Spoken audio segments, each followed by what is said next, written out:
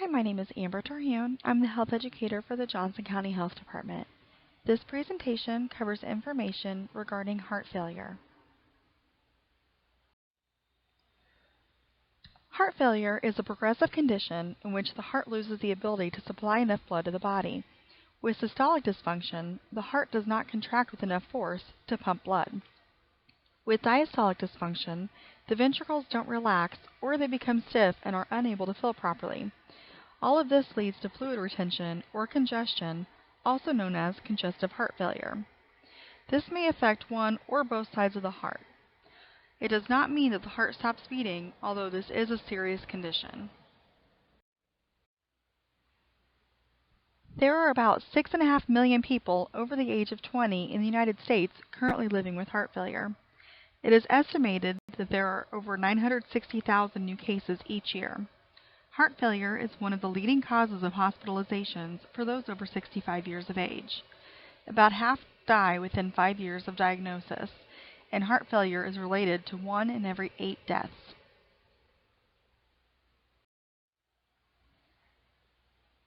There are many risk factors for heart failure, and some of these factors cannot be changed. These include age over 65 years, congenital heart defects, family history of enlarged heart, and being African American. There are also unhealthy behaviors that lead to heart failure, including smoking tobacco, a diet high in fat, cholesterol, and sodium, sedentary lifestyle, excessive alcohol intake, and illegal drug use. There are also many health conditions which damage the heart, which can also lead to heart failure, including coronary artery disease, valvular heart disease, heart attacks, high blood pressure, thyroid disease, kidney disease, diabetes, heart arrhythmias, cardiomyopathy, myocarditis, obesity, sleep apnea, severe lung disease, and HIV or AIDS. Symptoms of heart failure are related to extra fluid or congestion in the lungs and other parts of the body.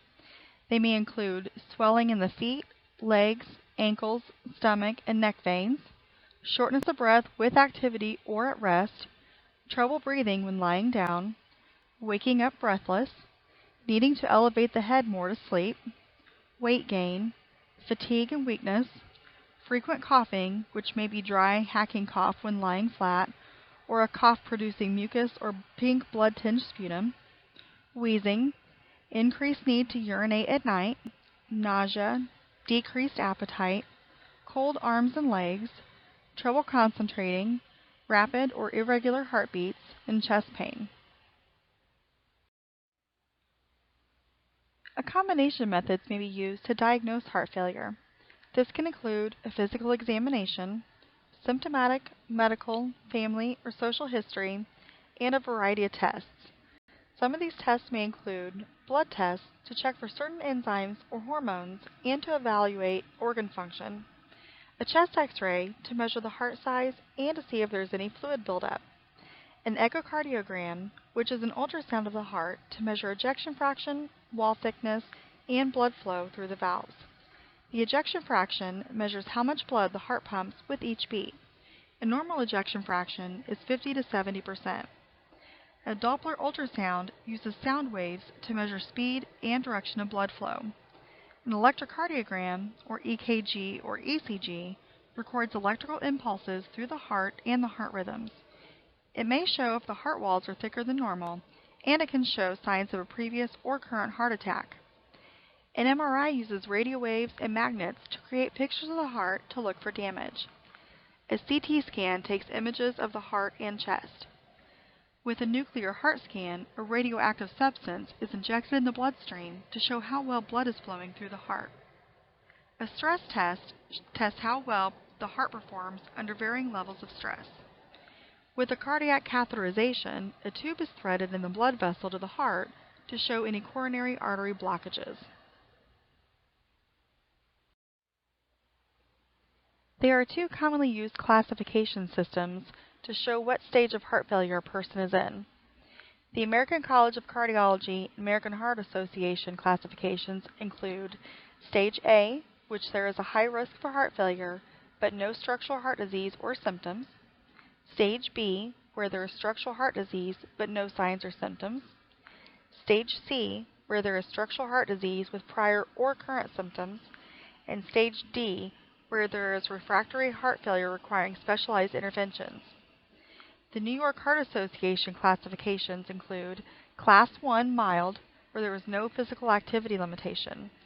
This means there is no fatigue, palpitations, or shortness of breath with ordinary physical activity. Class 2 mild has slight physical activity limitation. The person may be comfortable at rest, have some fatigue, palpitations, or shortness of breath with ordinary physical activity. Class 3 moderate is marked limitation of physical activity. The person may be comfortable at rest, but have fatigue, palpitations, or shortness of breath with less than ordinary activity. Class 4 severe, the person is unable to perform any physical activity without discomfort. This means they have symptoms at rest that increase with any physical activity. There is no cure for heart failure. The goals of treatment are to treat the underlying conditions, decrease the risk of disease progression, lessen the symptoms, and improve quality of life.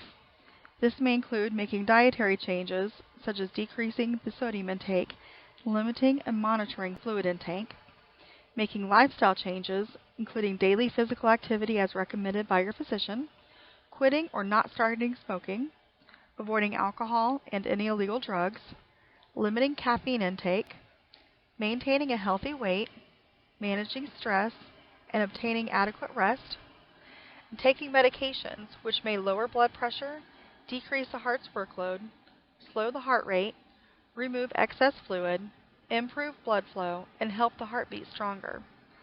Common medication classes are ACE inhibitors, aldosterone antagonists, angiotensin receptor blockers, channel blockers, beta blockers, inotropes, nitrates, digoxin, and diuretics.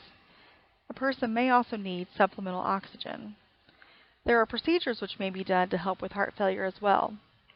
A defibrillator, or ICD, provides electrical shock for harmful rhythms related to heart failure. Cardiac resynchronization therapy, or CRT, is where a pacemaker device is implanted to synchronize both sides of the heart if they are not beating simultaneously, which can improve heart efficiency and blood flow. Coronary artery bypass grafting may be needed if it is caused by a coronary artery disease. With this, they remove healthy vessels from another part of the body and attach it to diseased artery to reroute the blood supply around the blocked area. A heart valve surgery may be done to repair or replace any leaking or damaged valves. Left ventricular assist device, or LVAD, is where mechanical support helps the left side of the heart continue to pump the blood throughout the circulation with end-stage heart failure. A heart transplant may be an option for eligible patients with end-stage heart failure who failed other treatments. This requires lifelong immune suppressants. Cardiac rehabilitation may be done, in which the person works with the healthcare team to focus on improving physical, mental, and social function.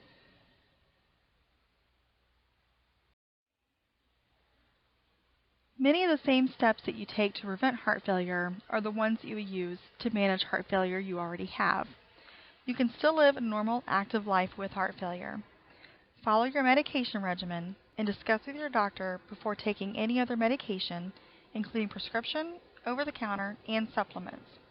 Obtain vaccinations as recommended, especially the pneumonia and flu vaccines, to prevent respiratory infections.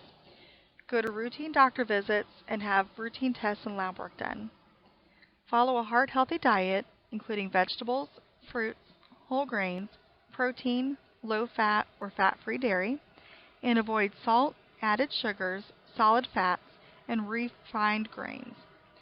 Make healthy lifestyle choices, including avoiding alcohol, not smoking, and avoiding secondhand smoke exposures, and avoiding illegal drugs.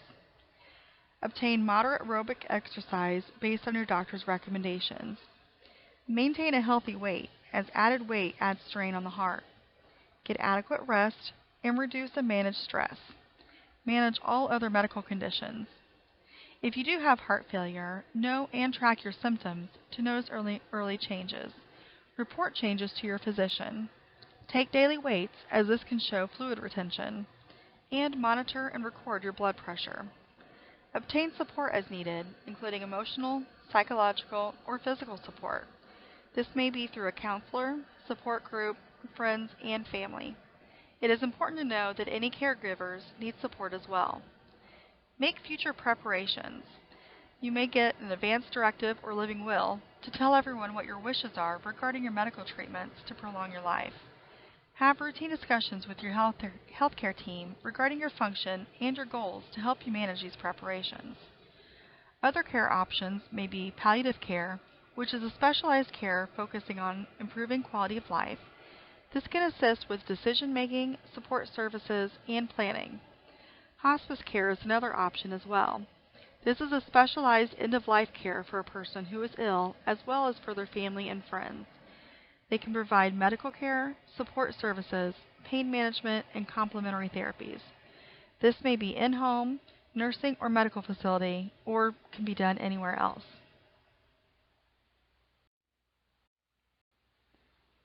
The Self-Check Plan for heart failure management is a checklist to monitor your symptoms and to know what and when to report to your healthcare team. This concludes the heart failure presentation. If you have any questions or concerns, please reach out to your physician. Thank you.